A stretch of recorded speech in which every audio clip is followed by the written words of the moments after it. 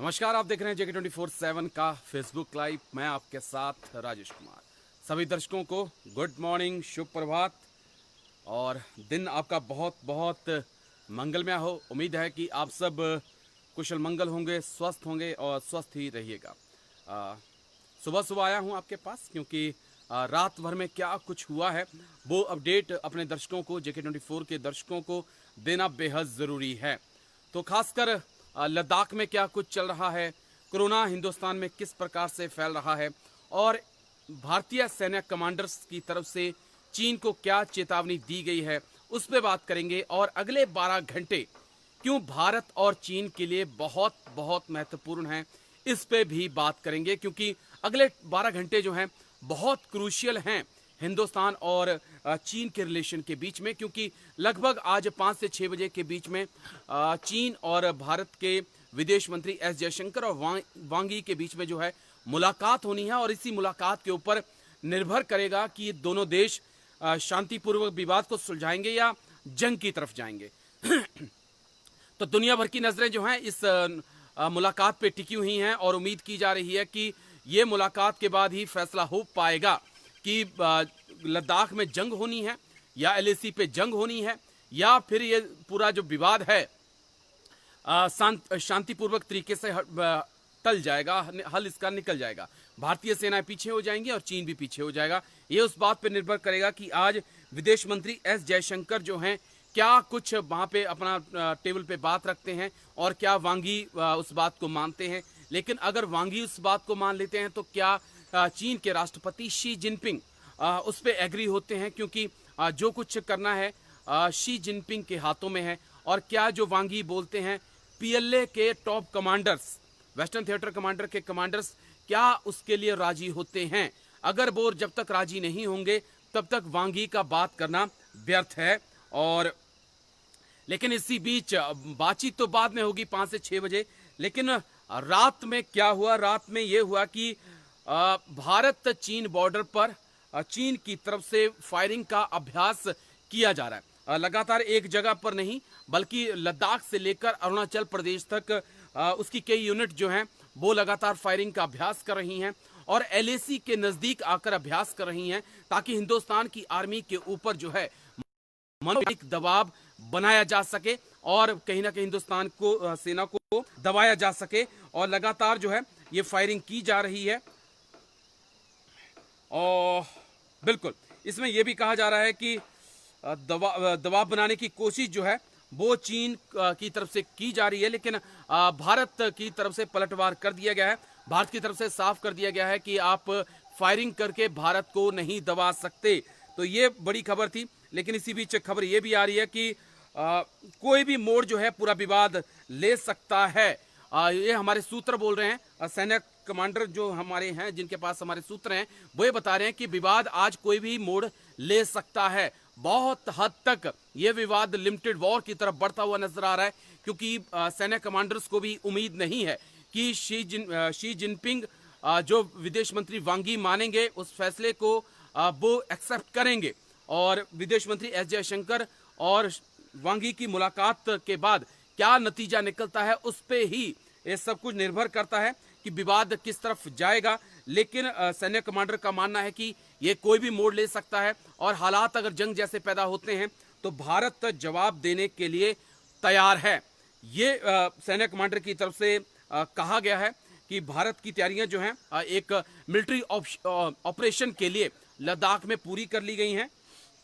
लेकिन फायरिंग का जो मैंने आपको बताया वो तिब्बत से लेकर तिब्बत में, अरुणाचल प्रदेश में और लद्दाख में चीन की तरफ से की जा रही है। युद्धाभ्यास किया जा रहा है। रात को फायरिंग दरअसल चीन की तरफ से की गई और ये दिखाने की कोशिश की गई कि चीनी आर्मी कितनी प्रोफेशनल है। और भारत की तरफ से कहा गया है कि चीन हो सकता है कि कभी कभी इस प्रकार की फायरिंग करता हो, लेकिन भारत हर हफ्ते में एक दिन इस प्रकार की फायरिंग करता है। तो मनोवैज्ञानिक दबाव बनाने की कोशिश जो है वो चीन की तरफ से की जा रही है। दरअसल रेजानला और रेचनला ये जब से दो भारतीय सेना के कब्जे में आ गया दोनों टॉप, तब से चीन की बौखलाहट दक्षिण हिस्से में देखने को मिली है और छटपटाहट सी चीन में इस वक्त भरी हुई है, क्योंकि ब्लैक टॉप हेलमेट टॉप हमारे पास पहले आ चुका था, लेकिन रेजनला और रेचनला ये दोनों जगह आने के बाद दक्षिण हिस्से की ऊंचाई वाली चोटियों पर भारत की स्थिति बहुत मजबूत हो गई है। और भारत ने किया क्या है, भारत ने ये किया है कि इन पहाड़ों के अगल बगल में जहां पे भारत की पोस्टें हैं वहां पे कंटीली तारें भारत की तरफ से लगाई गई हैं। और भारत की तरफ से कल बिल्कुल जब ब्रिगेड कमांडर लेवल की बातचीत हुई तो भारत की तरफ से साफ कर दिया गया है कि अगर चीन की तरफ से इन कंटीले तारों को हटाने की कोशिश की गई तो ये माना जाएगा कि चीन ने रेड लाइन जो थी वो क्रॉस कर ली है और अब उसका जवाब जो है भारत युद्ध के स्तर पे देगा, यानी कि चीन की तरफ से पोस्ट पे कब्जा करने की कोशिश की जाएगी और भारत उसका जवाब गोलीबारी से देगा। ये कल ब्रिगेड लेवल कमांडर की जो बातचीत हुई है उसमें साफ कर दिया गया है। रेसनला या फिर ब्लैक टॉप, हेलमेट टॉप जैसे एरिया हैं जहां पर भारत ने कंटीली तारों को लगाया है, अपनी पोस्टें अपने ऊपर बना ली हैं, इन पोस्टों के ऊपर ऊंचाई के ऊपर। और भारत ने चीन को साफ कर दिया है कि इस एरिया पर अगर आपकी सेना आती है और घुसपैठ करने की कोशिश करती है हमारी पोस्टों पर तो आपको फायरिंग का जवाब फायरिंग से दिया जाएगा। ये भारत की तरफ से कल साफ कर दिया गया। लेकिन इस बातचीत का कोई नतीजा नहीं निकला है। लगभग 7 से 8 घंटे ये बातचीत चली है, लेकिन ये कहना कि बातचीत का कोई हल निकला नहीं। लेकिन इसी बातचीत में चीन को खरी खोटी भी सुनाई गई है। ये भी एक अपडेट है क्योंकि दोनों अधिकारियों के बीच में कल फिर तू मैं की स्थिति हो गई थी, क्योंकि रेजिनला को लेकर चीन इस वक्त भड़का हुआ है। और एक खबर और आ रही है पेंगोंग त्सो से, वो आप तक पहुंचाना बेहद जरूरी है क्योंकि दक्षिण हिस्से में तो भारत मजबूत स्थिति में है और रेजिंगला, ब्लैक टॉप, हेलमेट टॉप जितनी भी हिल्स हैं उस पर भारत का कब्जा है। लेकिन जो दूसरा छोर है, पूर्वी छोर, उत्तरी छोर जो है, वहां पर चीन अपने आप को अब मजबूत कर रहा है। फिंगर एरिया में चीन अपने आप को मजबूत कर रहा है। खासकर फिंगर 4 के पास जो है हालात इस वक्त तनावपूर्ण बने हुए हैं। फिंगर 4 के पास जो है हालात तनावपूर्ण बने हैं और कुछ ऐसी तस्वीरें सामने आई हैं जो ये बता रही हैं कि फिंगर 4 के आसपास जो है चीन वहां पे निर्माण कर रहा है, पक्की बिल्डिंग और बना रहा है। साथ ही साथ बंकर बनाने का काम जो है चीन की तरफ से यहाँ पर किया जा रहा है, उत्तरी छोर पर किया जा रहा है, ताकि अगर विवाद भड़कता है और युद्ध जैसे हालात पैदा होते हैं तो चीन की सेना जो है इन मोर्चों का फायदा उठा सकती है। तो ये बड़ी खबर थी, फिंगर 4 के पास है। इस वक्त फिंगर 4 जो है विवाद की जड़ बना हुआ है और भारत की कोशिश है कि चीन को कैसे न कैसे फिंगर 8 के आगे धकेलना है ये जो सर्दियां आने वाली हैं उससे पहले।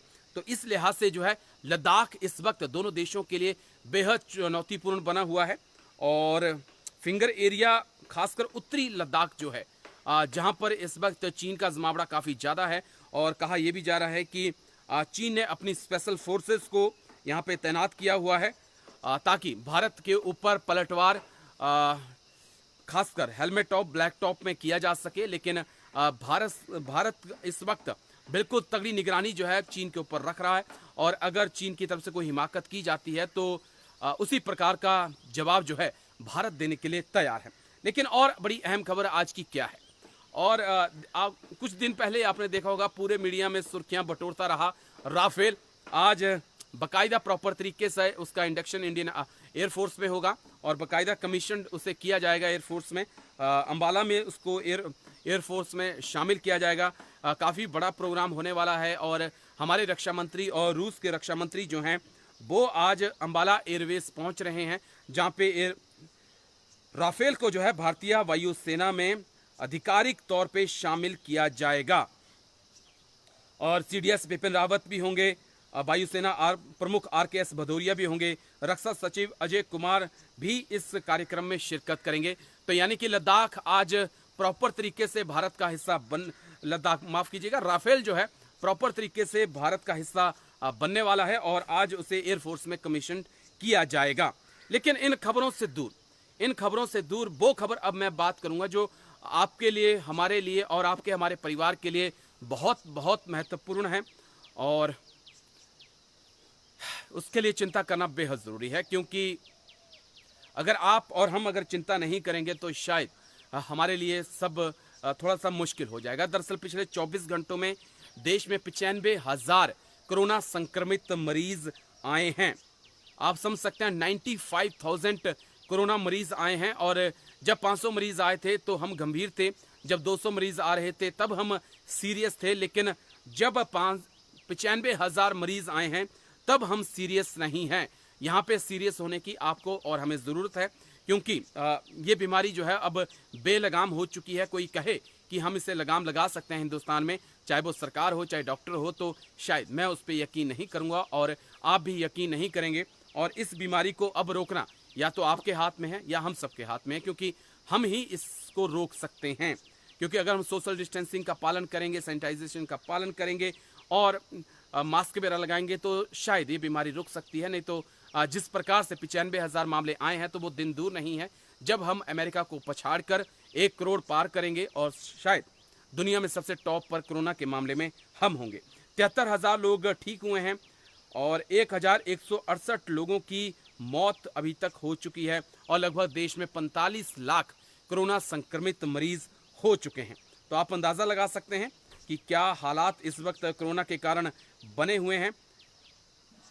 95,529 मामले जो हैं पिछले 24 घंटों में कोरोना के आए हैं। तो ये बड़ी अपडेट थी, लेकिन आज 12 घंटे बहुत महत्वपूर्ण है दोनों देशों के लिए। और अगर इन 12 घंटों में कुछ अच्छा सकारात्मक नतीजा विदेश मंत्रियों की मुलाकात में निकलता है तो उम्मीद है कि लद्दाख विवाद जो है शांतिपूर्वक तरीके से सुलझ जाएगा। नहीं तो फिर एक सैन्य अभियान या मिलिट्री ऑप्शन के ऊपर विचार करना होगा, क्योंकि भारत के पास इसके सिवा कोई चारा नहीं है। और कोशिश चीन की भी यही हो रही है कि भारत की तरफ से पहल की जाए ताकि वो दुनिया में जाकर विक्टिम कार्ड खेल सके। यही वजह है कि उनके सैनिक जो है हवा में फायरिंग कर रहे हैं ताकि भारत को भड़काया जाए। लेकिन भारत इंतजार कर रहा है और अगले 12 घंटे बिल्कुल अहम है। जो भी विदेश मंत्रियों की मुलाकात में फैसला लिया जाएगा उसी पे आगे जाकर हिंदुस्तान और चीन के बीच का विवाद निर्णय लेगा कि ऊंट किस करवट बैठेगा। लेकिन मैं इतना कह देना चाहता हूं कि भारतीय सेना किसी भी ऑपरेशन के लिए तैयार है और अगर चीन को निकाला जाएगा। तो बहुत बहुत शुक्रिया सभी को, गुड मॉर्निंग।